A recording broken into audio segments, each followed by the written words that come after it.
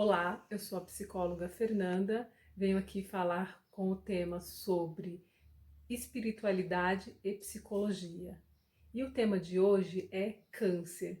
Hoje muito se fala sobre o câncer de mama, que nós temos a campanha Outubro Rosa, e o câncer de próstata, que nós temos a campanha Novembro Azul. Porém, existem muitos tipos de câncer. E por essa razão eu trouxe uma convidada, muito especial essa convidada para mim, que por sinal é a minha mãe, a Lena. Ela já teve um tipo de câncer e eu gostaria que ela desse o relato dela para vocês entenderem um pouco mais sobre outro tipo de câncer. Lena, fique à vontade, pode falar o seu relato. Ok. Boa tarde. Tudo aconteceu em 2003. Eu sempre sempre muito forte, uma saúde muito forte também. Nunca tinha tido nada. E de repente eu comecei a sentir dor de estômago e aquilo não parava. E tinha vez que eu comia, parava, e outra vez na hora que me alimentava, não parava do mesmo jeito. Eu fiquei com medo, na época me indicaram um naturalista, né? E eu fui nesse naturalista, comecei a tomar medicação desse naturalista. Só que em questão de 15 dias, eu emagreci 9 quilos. Então eu achei aquilo demais, eu fiquei bem preocupada, não só eu, como toda a minha família. Nós ficamos preocupados com aquilo. E aí eu fui no gastro. E o gastro ali pediu vários exames, tudo, me encaminhou, né? Porque o naturalista falou que eu estava com úlcera, né? E aí ele pediu os exames e me mandou eu levar os exames para o oncologista.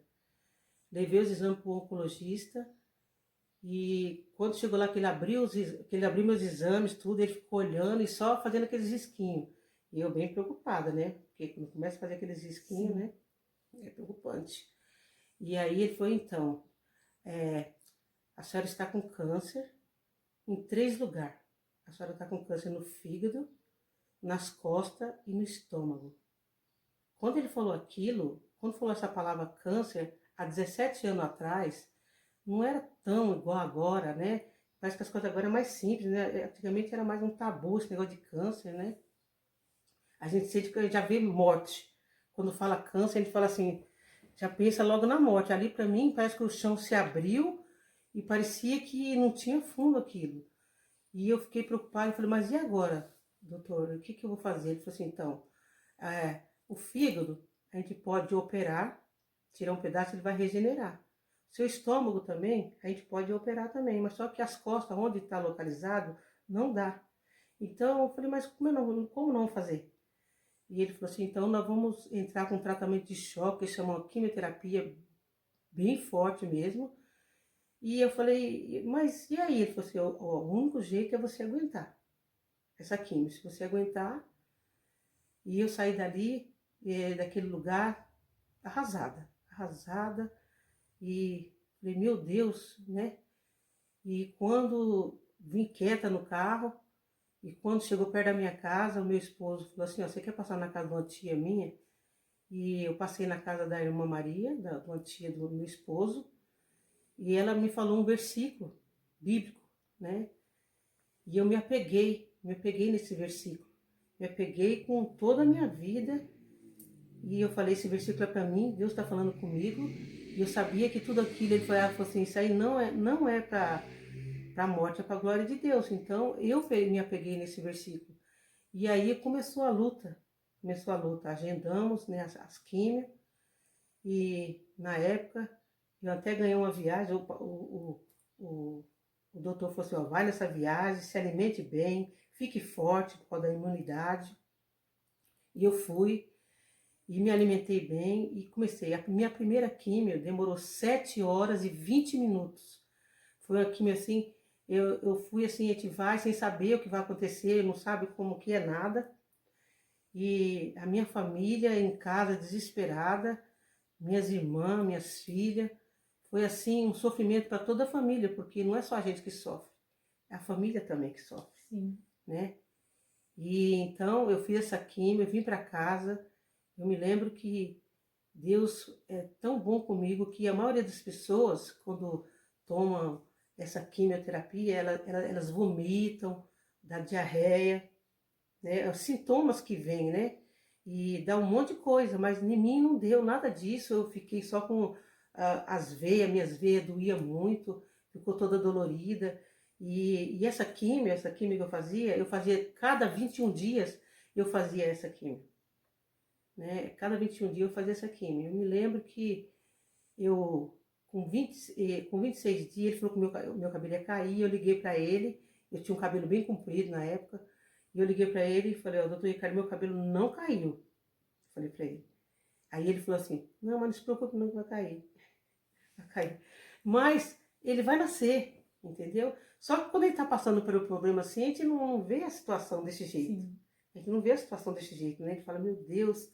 E aí, quando deu 26 dias, foi muito triste.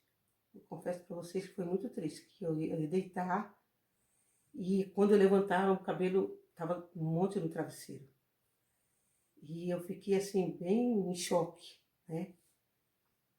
E daí eu falei para minha cunhada, eu falei, ó, pega a tesoura e corta tudo. Ela falou, você tá de brincadeira. Eu falei, não, pode cortar tudo, corta tudo, tira tudo.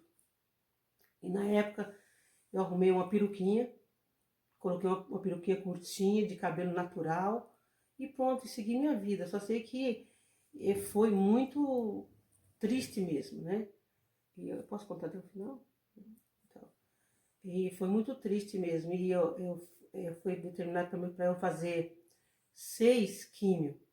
E eu fui fazer as 6 químio. Quando eu terminei, a primeira deu 7h20, as demais, uma deu 5 horas e alguns minutos, outras foi 4 horas. Então, assim, é horas lá no hospital, tomando aquele veneno na veia, né? Mas é pro nosso bem. A gente tem que entender que é um tratamento que a gente tem que passar por isso, né? Que a gente tem que passar. E tem que passar crendo, né? Crendo que vai dar certo. Porque o pensamento positivo é muito bom. E quando eu fiz as 6 químio, e eu me lembro que na época começou a dor muito forte nas minhas costas. E aí eu fui fazer aquele fisioterapia, fui fazer a fisioterapia de forninho, aí eu fui fazer. Quando eu fui fazer essa fisioterapia de forninho, o que era ruim ficou pior. Porque eu fui fazer essa fisioterapia de forninho, eu peguei nada mais, nada menos que uma herpes zoster. Depois, vocês pesquisam aí para vocês saberem o que é isso aí. É bem dolorido. Muito, muito, muito. Se eu pensei que estava sofrendo com câncer, isso aí, essa herpes zoster, ela pegou, eu cheguei em casa, começou a queimar minhas costas. Na época, minha família, meu Deus, começou a queimar minhas costas de um lado ao outro. Aí meu marido me levou no hospital e chegando lá ele falou, o médico examinou, eu falei, ó, tá queimando muito, muito, muito, muito. E ele examinou e falou assim pro meu marido, olha, vai lá e faz a internação dela que ela vai ficar internada. E antes disso, só para complementar um pouquinho, depois que ela fez a quimioterapia, ela refez todos os exames e ainda tinha alguns pontos. Tinha ainda alguns pontos. E aí o médico entrou com outro tratamento, né? Foi. Que foi a Mabtera. Foi. E ela tinha feito 2 sessões e aí aconteceu isso. Exatamente, com as dores nas eu estava fazendo um tratamento chamado Mabtera, e aí, porque ainda tinha alguns focos, né, do câncer, né? E aí eu comecei com fui fazer esse forninho desse problema aí, né? Acho que é por causa da imunidade que fica baixa e tudo. E o médico falou assim, ela vai ficar internada. Eu falei, mas como assim eu vou ficar internada por causa de uma dor nas costas? Ele falou, não, você vai ficar internada. E depois que eu fiquei internada, que ele fez o exame lá, falou que eu tava com essa herpes zoster. E essa herpes zoster, ela me pegou de um canto das costas, assim, até o umbigo, que ficou na carne viva. Então, aquilo tipo, eu não sei o que explicar, tipo, fritou os nervos, né? Os nervos da minha pele, do meu corpo. E interromper o tratamento. Teve que interromper o tratamento do câncer. E aí eu fui tratar disso aí. Fiquei internada 16 dias ali, no Edmundo. E fiquei internada naquele hospital ali. E tive muitas visitas, fui muito amada. Minha família, o pessoal da minha igreja, todo mundo ali me dando um apoio, né? E isso é muito importante, sentir amada, muito importante isso. Não sentir que está sozinha nesse mundo. E ali eu fiquei. E quando terminou tudo isso aí que eu vim para casa, que eu fui fazer o exame. É porque ela teve que refazer os exames novamente para saber Sim. se o câncer tinha avançado ou diminuído, porque ela teve que interromper o tratamento, né? Então ela teve que refazer novamente Foi. todos os exames. Foi. Então, daí eu fiz todos os exames novamente, tudo. Todos os exames possíveis que você pode imaginar eu fiz. E para a glória de Deus, aí eu estava curada, né? E por isso que eu estou aqui para contar esse relato da minha vida, né? Que Deus fez comigo e pode fazer por você também. E aí, aonde eu quero entrar é na parte da psicologia, né? Na parte psicológica que naquele tempo, há 17 anos atrás, nem ela, né? Nem eu, nem a minha família, nós tivemos acompanhamento psicológico, que seria muito importante naquela época e nos dias de hoje também. Porque hoje eu, como psicóloga, eu tenho uma outra visão de como poderia ter sido mais fácil se nós tivéssemos tido um acompanhamento psicológico. Eu atendo na terapia comportamental cognitiva, que ela auxilia nos pensamentos disfuncionais, né? Que qual é o primeiro impacto que tanto o paciente que recebe o diagnóstico quanto a família recebe? É o sentimento de desamparo, né? É o que ela falou, vem a princípio, a primeira coisa que vem é a morte, no caso dela, eu vou morrer, no meu caso, eu vou perder a minha mãe, né? E são pensamentos negativos que vêm na nossa mente a todo momento. Verdade. E tem a ansiedade do o que vai ser amanhã? Será que o amanhã ela estará viva, né? O que vai acontecer? E para a mulher, principalmente, mexe muito com a autoestima, Sim, né? Porque sim. quando cai o cabelo, Verdade. como ela falou, que ela pediu para minha tia cortar o cabelo dela. Eu lembro que nesse dia eu cheguei do trabalho e ela estava cortando o cabelo. E eu falei para ela, na maior naturalidade, tudo bem, mãe, cabelo cresce de novo. E aí eu fui para minha casa e eu chorei horrores. Só que ela não viu, porque naquele momento eu queria passar força para ela, né? E como eu também não a vi careca, ela usava lenço e usava peruca, e um dia ela chegou para mim e falou: "Filha, você quer ver eu careca?" E aí eu falei: "Não, eu não consigo ter forças para essa visão". E eu não, de fato, eu não vi. Eu não sei como que foi a minha mãe careca. A minha irmã viu, eu não tive condições de ver. Então, talvez se nós tivéssemos tido o acompanhamento psicológico, isso teria sido mais fácil, né? Porque os pensamentos ruins, negativos que vêm com a terapia, com o atendimento psicológico, que pode ser feito tanto em grupo, porque ali, quando é feito em grupo, ela iria ver que outras pessoas, e a família também que iria ver que outras pessoas estavam passando pelaquela situação. Sim. E também estavam melhorando. E o acompanhamento individual também, né? Que é os pensamentos positivos, como ela falou, é o pensar que isso não é para a morte, isto é para a vida. Vai ser difícil? Vai ser difícil, mas eu vou superar, né? Tem um relato, tem um episódio que ela não falou, que quando ela fez uma quimioterapia, todas as vezes ela ficava com a saúde muito fragilizada, né? Que mexia com, com a imunidade, né? Com a imunidade dela. Então, o médico sempre falava que quando ela chegasse, ela tinha que ir direto para o quarto e ninguém podia ter contato com ela, pelo menos naquele dia. E ela veio de máscara. Eu gostaria que a senhora me contasse um pouquinho sobre esse episódio da máscara. Esse episódio da máscara foi uma coisa que me impactou muito. Que naquela época, por causa da imunidade, nem é porque o câncer ele não passa para ninguém, entendeu? Mas assim, é para as pessoas não nos contaminar porque a gente está com a imunidade baixa. E na época, quando eu ia fazer as químios, eu ia de máscara, né? E eu me lembro que uma vez, né, eu estava no trânsito e a mulher emparelhou o carro do lado do nosso. e ela estava com o vidro aberto. E quando ela me viu de máscara, ela olhou para mim e como se eu fosse sei lá, uma doença que pega, uma leprosa, sei lá, alguma coisa assim. Um Covid. O Covid. Ela levantou o vidro assim, apertou e levantou, o vidro subiu assim. E eu fiquei muito chateada. Eu falei, meu Deus, será que ela tá pensando que só dela estar ali do outro lado do carro vai pegar nela? Entendeu? Acho que a pessoa que estava com Covid já naquela época, né? Mas eu fiquei muito chateada, aquilo me deixou muito chateada, né? Porque e se a gente não se apega mesmo, a gente fica, dá até depressão se não apegar com Deus, porque a gente fica pensando, não vou em lugar nenhum não, porque as pessoas vão pensar que vai pegar, né?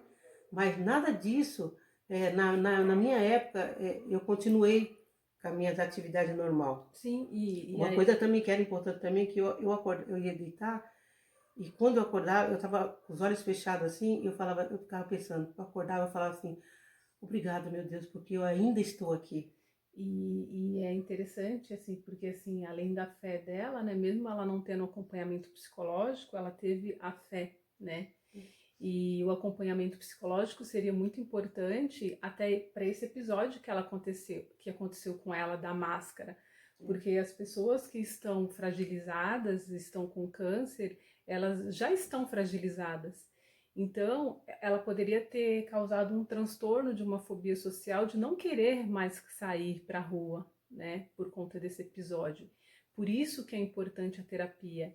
E aí, com a terapia também é realizado algumas técnicas de relaxamento que é ensinado para ela não ter crises de ansiedade, para ela não cair em depressão, porque com a terapia ela vai mudar os pensamentos dela para os pensamentos positivos, que é o pensamento que você vai passar por isso, mas vai dar certo, você vai conseguir, né? Um dia você vai estar bem, outro dia você vai estar ruim, mas vai passar e você vai conseguir. E isso, a psicologia auxilia muito bem no tratamento do câncer e em qualquer outro tipo de tratamento, que teria sido muito mais fácil, tanto para ela quanto para a nossa família, né? Se a gente tivesse tido um acompanhamento psicológico que naquela época, 17 anos, não tinha. E também foi comprovado que a neurociência comprovou que as pessoas que têm qualquer tipo de fé, elas têm mais facilidades de sair vitoriosas em casos de doença, né? Em entrarem menos em depressão. E aí eu gostaria um pouco que você falasse um pouco sobre essa sua fé, que você está falando desde o início. Sim, né? Essa é uma fé que eu tenho em Jesus, né? Nosso único Salvador. Essa fé na qual eu sei em que eu tenho crido. A fé que eu sei que quando eu fechar meus olhos aqui, para onde eu vou. E quando essa minha tia falou esse versículo para mim, falou que tudo isso era para a glória de Deus, e eu sempre pensava assim, Senhor, se eu for, né, eu vou ver o Senhor aí, né? E se eu ficar, todo mundo vai ver sua glória em mim. Se eu for, eu vou ver sua glória no céu. E se eu ficar, todo mundo vai ver sua glória em mim. Porque eu sou um testemunho vivo do que Jesus fez na minha vida. Porque eu me apeguei a Ele. Eu me apeguei a essa fé. Porque eu acho que as coisas têm que ter ligação uma com a outra. Né? Que na época, né, porque a gente fica um pouco nervosa, ele vai pulando as coisas, né? Na época, quando eu comecei a fazer as químias, eu tive só uma vez a psicóloga entrou no meu quarto, né? E ela falou para mim, ela falou assim, olha, fica tranquila, não fica nervosa, que tudo isso vai passar e seu cabelinho vai cair. E aí ela olhou em mim, eu estava serena. E aí eu falei, não se preocupe com isso não, que meu cabelo já caiu, isso aqui que tá aqui é uma peruquinha. Ela falou, mãe, você tá bem? Você tem alguma crença? Foi o que você falou, né? Se a gente tem no que se apegar, as coisas ficam mais fácil, né? E eu falei que eu tinha. E ela falou que muitas pessoas que não têm o que se apegar, elas pensam muito na morte, acabam no fim ficando em depressão, né? Sim. E eu não. E eu pensava eu pensava e penso que eu estou na mão de Deus e Deus está no controle de tudo.